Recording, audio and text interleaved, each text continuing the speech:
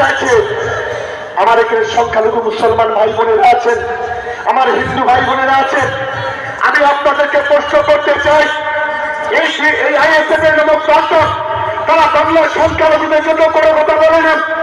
আইন করে নামক দর্শক তারা ভাঙড়ের উন্নয়নের জন্য, বাংলার উন্নয়নের জন্য তারা কোনো কথা বলে না। তাদের একটাই লক্ষ্য হচ্ছে মুসলমানদের ভোটটাকে কেটে নিয়ে বিজেপির হাত থেকে শক্তিশালী করার। তাদের একটা লক্ষ্য হচ্ছে বিজেপি যদি ক্ষমতায় আছে তাদেরকে আগামী দিনে বাংলার সংখ্যালঘুদের উপরে নারকীয় তাণ্ডব চলুক, এটাই হচ্ছে তারা চায়। আর আমাদের লড়াইটা সেই জায়গায়। তাদের কাজ হলো বিজেপির কাছ থেকে কোটি কোটি টাকা নিয়ে আজকে এখানে বিজেপির হাতটাকে শক্তিশালী করা, এই লক্ষ্যই মানসিকতা নিয়ে তারা এগোচ্ছে। আমার তৃণমূল কংগ্রেসের যারা কর্মী আছেন আমি তাদেরকে অনুরোধ করবো, এই ধান্দাবাজ, এই দাঙ্গাবাজ, এই বিজেপির পাঁচ পেশার গোলাম, তাদের বিরুদ্ধে আমরা লড়াই করতে প্রস্তুত। একটু জোরে বলবো, একটু জোরে বলতে হবে লড়াইয়ের জন্য প্রস্তুত। এদিকে প্রস্তুত, এদিকে প্রস্তুত। আমি মাঝখানে জানতে চাই, আপনারা মমতা বন্দ্যোপাধ্যায়, অভিষেক বন্দ্যোপাধ্যায়ের কাছে আছেন? আপনারা আছেন? এদিকে আছেন? সেই লড়াইটা আমাদের লড়তে হবে। শুধুমাত্র মিটিং এলাম আর বাড়ি চলে গেলাম, এটা কাজ নয়। আগামী দিনে বাংলাকে রক্ষা করতে হবে, বাংলা মাকে রক্ষা করতে হবে, আমাদের সাম্প্রদায়িক সম্প্রীতি রক্ষা করতে হবে। বিজেপির লক্ষ্য একটাই, এনআরসির মধ্য দিয়ে বাংলার সংখ্যালঘুদের বাংলাদেশে পাকিস্তানে পাঠাও, সিএর মধ্য দিয়ে তাদের নাগরিকত্ব কেড়ে নাও, এসআইআর এর মধ্য দিয়ে তাদেরকে ভোটাধিকার কেড়ে নাও, বাংলার মানুষকে বাংলাদেশে পাঠিয়ে দাও। রাস্তায় আছে বিএসএফ, তারা গুলি করে একটার পর একটা মেরে দিই। এটাই হচ্ছে বাংলার বিজেপিরা চাইছে। আর এই বিজেপির এক কুলাঙ্গার আছে, তার নাম হচ্ছে শুভেন্দু অধিকারী। তৃণমূল কংগ্রেসের খেয়ে, তৃণমূল কংগ্রেসের পরে তার একেবারে 14 গোষ্ঠী পর্যন্ত বিভিন্ন পদে দিয়ে মন্ত্রিত্ব নিয়ে তারপরে আমরা দেখলাম বিজেপির পায়ে পড়েছে নিজেকে বাঁচানোর জন্য। কোটি কোটি টাকার মালিক, কটা পেট্রোল পাম্প তার কোনো হিসাব নেই, কটা ক্লোরাইড তার হিসাব নেই, কলকাতায় কতগুলো ফ্ল্যাট আছে তার হিসাব নেই। সেই সম্পদগুলো রক্ষা করতে হবে। তাই তো অমিত শাহের পায়ে জড়িয়ে ধরে বললেন, বাবা আমাকে বাঁচাও, আমি তৃণমূল কংগ্রেসকে হারাবো। সেই মানসিকতা নিয়ে 2002 সালে তারা বিজেপি, 2021 সালে বিজেপির পায়ে পড়েছিল। বাংলার তৃণমূল কংগ্রেসের কর্মীদের বাংলার মানুষের কৃতজ্ঞতা জানাবো। 2021 সালে তার মুখটা কালি করে দিয়েছিল, 2023 সালের পঞ্চায়েত নির্বাচনে তার মুখটা কালি করেছিল, 2024 সালে 18 থেকে 12তে নামিয়ে এনেছে, আর 2026 সালে 77টা বিধায়ক, বর্তমানে সংখ্যা হচ্ছে 65 নয়, আগামী দিনে 25-এ নামিয়ে আনতে হবে। এটাই হচ্ছে আমাদের লক্ষ্য, এটাই হচ্ছে আমাদের মানসিকতা। এখন আগে মির্জাপুরের নাম কেউ রাখে না কেন জানেন? মির্জাপুর নবাব সিরাজউদ্দৌলার সঙ্গে বিশ্বাসঘাতকতা করেছিল। বাংলার কোন মুসলমান ঘরে যদি সন্তান আছে তাকে মির্জাপুর নাম রাখে না। আজকে যদি আমার হিন্দু ভাই বোনেরা বলছে যে আজকে যদি আমাদের ঘরে সন্তান আছে আমরা শুভেন্দু নাম রাখতে চাই না, কারণ ও সবচাইতে বাংলার দ্বিতীয় মির্জাপুর, তার নাম হচ্ছে শুভেন্দু অধিকারী, যে মমতা বন্দ্যোপাধ্যায়ের সঙ্গে, যে অভিষেক বন্দ্যোপাধ্যায়ের সঙ্গে, যে তৃণমূল কংগ্রেসের সঙ্গে গাদ্দারি করেছে। আমি তাই সকলকে অনুরোধ করব, আপনারা আগামী দিনে তৈরি থাকুন। 2026 বিধানসভা নির্বাচন ক্যানিং পূর্বের মাটি থেকে লক্ষাধিক ভোটে আমাদের জয়লাভ করতে হবে। আর বিশেষ করে 2-4টা ভণ্ড যারা ভণ্ডামি করছে তাদের বলবো, কত টাকা খেয়েছেন? টাকার বস্তা তো খেয়ে বসে আছেন। সকাল থেকে 10টা করে ইউটিউবার দেখেন আমাদের গালাগালি করছেন, করুন। আমরা জানি পাগল ছাগল অনেক কথা বলে, রাস্তা দিয়ে গেলে কেউ ঘেউ ঘেউ করে, কেউ বাড়ি থেকে দুটো কথা বলে, কেউ ভালোবাসে আমাদের, কেউ মিষ্টি কথা বলে, আবার দুটো একটা গাদ্দার আছে তারা বাইরে থেকে বড় বড় কথা বলেন। আমাদের কোনো আপত্তি নেই। আমরা জানি ছাগল পাগল অনেক কথা বলে, আমরা ছাগল পাগলের কোনো উত্তর দিই না। আমাকে গত পরশুদিন একটা চ্যানেল থেকে ফোন করেছিল, আমাকে ফোন করে বললো অমুক লোক আপনার বিরুদ্ধে মাঝে মাঝে কথা বলছে। আমি বললাম ও একটা ছাগল, ছাগল পাগলের মতো, ও প্রতিদিন ওকে বলতে দিন, আমাদের কোনো অসুবিধা নেই। আমরা মাথা নত করবো না কোনো গাদ্দারের বিরুদ্ধে, গাদ্দারের কাছে আমরা মাথা নত করবো না, দাঙ্গাবাজের কাছে আমরা মাথা নত করবো না, বিজেপির কাছে আমরা মাথা নত করি না, বিজেপির বাবু সাধারণের কাছে। আমাদের যদি মাথা নত করতে হয় ক্যানিং পুলিশের কোন দেবতার কাছে মাথা নত করবো। আমাদের যদি কোনো মাথা নত করতে হয় দক্ষিণ 24 পরগনা জেলার মানুষের কাছে মাথা নত করবো। আমরা ওই দাঙ্গাবাজি বিজেপি তার পা পোষা গোলামদের কাছে আমরা মাথা নত করি না। আমরা হচ্ছে তৃণমূল কংগ্রেসের কর্মী, আমরা তৃণমূল কংগ্রেসের কর্মী, আমরা অভিষেক বন্দ্যোপাধ্যায়, মমতা বন্দ্যোপাধ্যায়ের সৈনিক। এই ধাতুটা খুব কড়া, যত এটা তাতাবেন তত বেশি তৃণমূল কংগ্রেসের কর্মীরা গর্জাবে, যত বেশি কাটি দেবেন তত বেশি আপনাদের দূরে ফেলে দেবে, এটা মনে রাখবেন। আর আমাদের লক্ষ্য আপনাদের আশীর্বাদ ভালোবাসা যদি থাকে, ভারতের মাটি থেকে আইএসএফ নাগরিক জঞ্জালটাকে আমরা উপরে ফেলবো, কেউ আটকাতে পারবে না, কারোর ক্ষমতা নেই আটকাবার। এটা যে চ্যালেঞ্জ করে আজকে ক্যানিং পরিবেশ এই পবিত্র সিন্ধিয়ার মাটিতে আজ আমি এখান থেকে বলে যাচ্ছি, আটকাবার ক্ষমতা নেই। ভারতের তৃণমূল কংগ্রেসের কর্মীরা তৈরি, ভারত বিধানসভার মানুষ তৈরি। 5 বছর ভারতটাকে অন্ধ করে দিয়েছে, ভারতের কোনো উন্নয়ন নেই। আর আপনাদের একটা কথা বলি, যারা টুপি মাথা দিয়ে মিথ্যা কথা বলে তারা সাপের চাইতে ভয়ঙ্কর। এই যে অঞ্চলের আপনার 2 জানান ফুলপুরা থেকে এসে ফুলপুরাকে ঢাল করে আজকে প্রতিদিন মিথ্যা কথা বলে। এরাই বলে মাথায় টুপি দিয়ে মিথ্যা কথা বললে ইমান থাকবে না। এরাই বলে মাথায় টুপি দিয়ে কেউ যদি মিথ্যা কথা বলে তার পিছনে নেওয়া যাবে না।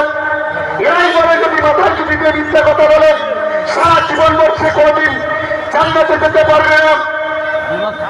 আপনারা যে প্রতিদিন মিথ্যা কথা বলছেন, প্রতিদিন দাওয়াতি করছেন, আমি বলছি লেবাসটাকে খুলে ফেলুন।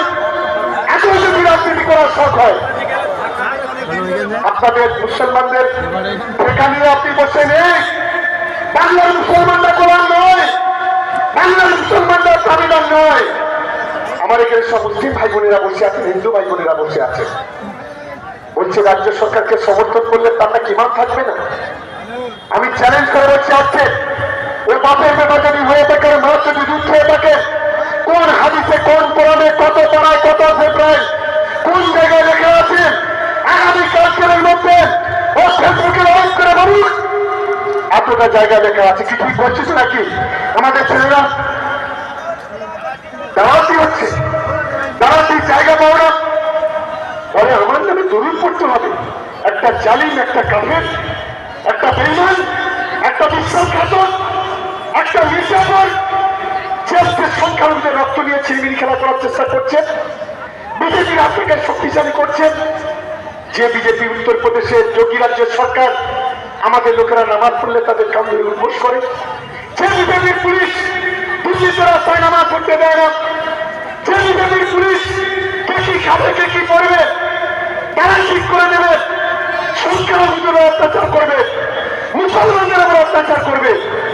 আর তার তৈরি করছো, দালালি করতে লজ্জা করে না?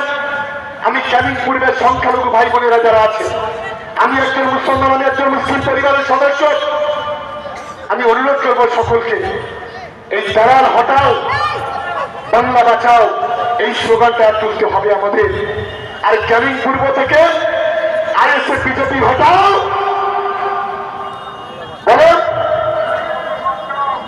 আইএসএফ বিজেপি হটাও, আইএসএফ বিজেপি হটাও, দালাল হটাও, ধর্মের কালাবাজারি হটাও, ধর্মের কালাবাজারি হটাও, বাংলা বাঁচাও। এই যে ধর্মের কালাবাজারি গুলো আজকে যেভাবে ধর্মটাকে সামনে নিয়ে দালালি করছে, এদের বিরুদ্ধে আমাদের রুখে দাঁড়াতে হবে।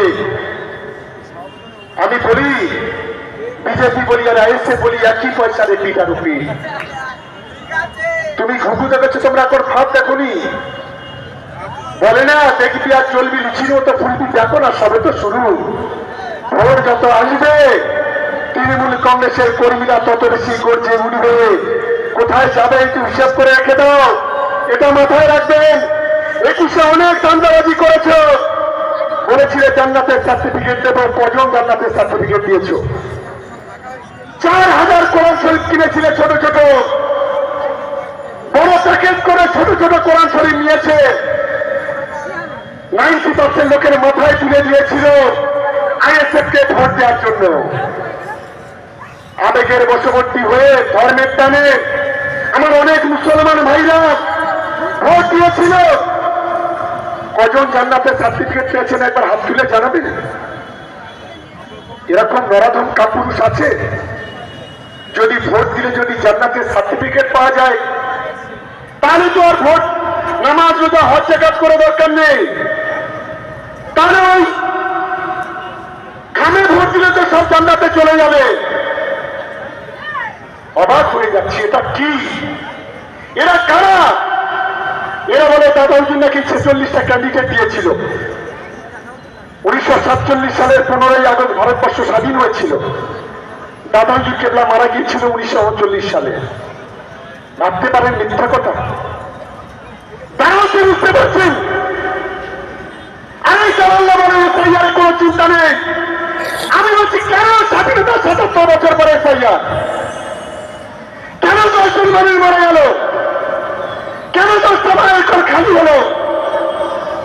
এই আব্বাসা নৌসাদ দুই ভণ্ড আজকে একজনকে বলি আমি আফ্রিকান ভাজা, ওই কেলেটা, আর একটা হাফ কেলেটার বলি ইন্ডিয়ান ভাজা। এই দুটো ভাজা বিজেপির হয়ে প্রচার করছে বাংলাতে। 21 সালে 22টা ক্যান্ডিডেট দিয়েছিল, 21টা জামানত জব্দ হয়েছে। বলেছিল আমরা একটা পায়া টেবিলে, আমরা টানবো তো হুন্ডিতে পড়ে যাবে সরকার। একটা জিতেছিল। এবারে আমাদের শপথ, যতই কোটি কোটি টাকা দাও ভাঙনের মানুষের, বিজেপির কাছ থেকে যত টাকা নিয়েছ, শেকড়টাকে ভাঙর থেকে ওপরালো কেউ আটকাতে পারবে না, এটা মনে রাখা উচিত। আর আমি ক্যানিং করে বলি, যারা গাদ্দার দুটো একটা আছে, বিরোধিতা করতে হয় আমাদের সরাসরি বিরোধিতা করুন, কোনো আপত্তি নেই। আমরা কোনো গাদ্দারকে দলে রাখতে চাই না। গাদ্দারের সঙ্গে কোনো সম্পর্ক নেই। কি আমার সঙ্গে ছেলে একমাত্র জোরে বলবেন তো? গাদ্দারের সঙ্গে কোনো সম্পর্ক নেই তো? গাদ্দার আমাদের দরকার নেই। ভাঙর ক্যারিয়ার গাদ্দাররা হুঁশিয়ার হয়ে যাও। অনেক করেছো। 21 সালে পার্টিটাকে বিক্রি করে দিয়েছিল আইএসএফ এ। কোন গাদ্দারের ইমান 1 কোটি টাকার বিনিময়ে টিকিট পেয়েছিল ভাঙর বিধানসভাতে। আর গাদ্দারের ইমান শুধু ভাঙর নয়, ক্যানিংটাকে হারাতে চেয়েছিল। তার অডিও ভিডিও সারা পৃথিবীর মানুষ দেখেছে। ক্যানিংকে হারাবে? মায়ের কতটা দুধ খেয়েছ? দলটাকে আইএসএফ এর হাতে তুলে দিয়েছিল 21 সালে। হাতের দিকটা আমি যখন ভাঙড়ে গেলাম, আমাদের কর্মীদেরকে শুনে অবাক হলাম। ডেকে ডেকে বলা হয়েছে মমতা বন্দ্যোপাধ্যায়কে শিক্ষা দিতে হবে, অভিষেক বন্দ্যোপাধ্যায়কে শিক্ষা দিতে হবে, তৃণমূল কংগ্রেস সেখানে হারাতে হবে। ভাবতে পারছি না। আমাকে ক্যান্ডিডেট করতে হবে, টিকিট দাও, না হলে আমি বিরোধিতা করব। ভোট দিলে বাজার গরম করে দেওয়া খুব লাভ হবে না। ভাঙড় বিধানসভা তৃণমূল কংগ্রেসের কর্মীরা এখানে দেখেছি অনেকেই আছে, অনেক নেতা আছে। এখানে মমিনুল ভাই আছে, মহসিন আছে, মহসিন ভাই আছে, খোকন আছে, এখানে আমাদের সাবিরুল আছে, এখানে আমাদের আইনাল ভাই আছে, রফিক আছে, এখানে আমাদের আলিনুর আছে, এখানে আমাদের আজিজুল আছে, কৌশিক আছে, সামিম আছে, আমাদের খয়রুল আছে, আমাদের মিজানুর কামরুল থেকে শুরু করে, আমাদের মুজফফর সিন্দি থেকে শুরু করে, রাজু থেকে, শরীফুল থেকে শুরু করে